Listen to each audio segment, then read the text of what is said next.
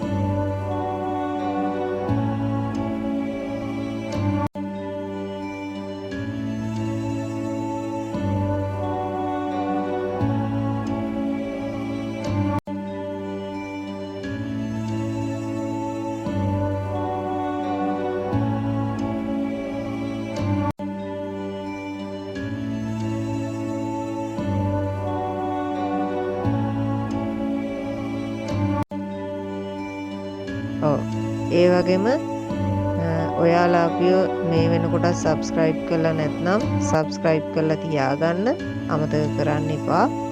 ඒ වගේම ඔබට මෙම තනතුරු පුරප්පාඩු සඳහා වැඩිදුර තොරතුරු අවශ්‍ය නම් අපගේ තිරේ දිස්වෙන WhatsApp අංකයට පණිවිඩයක් එවීමෙන් ඔබට පුද්ගලිකවම ගැසට් පත්‍රය ලබා ගන්න පුළුවන්. නැවත වීඩියෝ එකකින් හමු වෙනතුරු සියලු දෙනාට ආයුබෝවන්.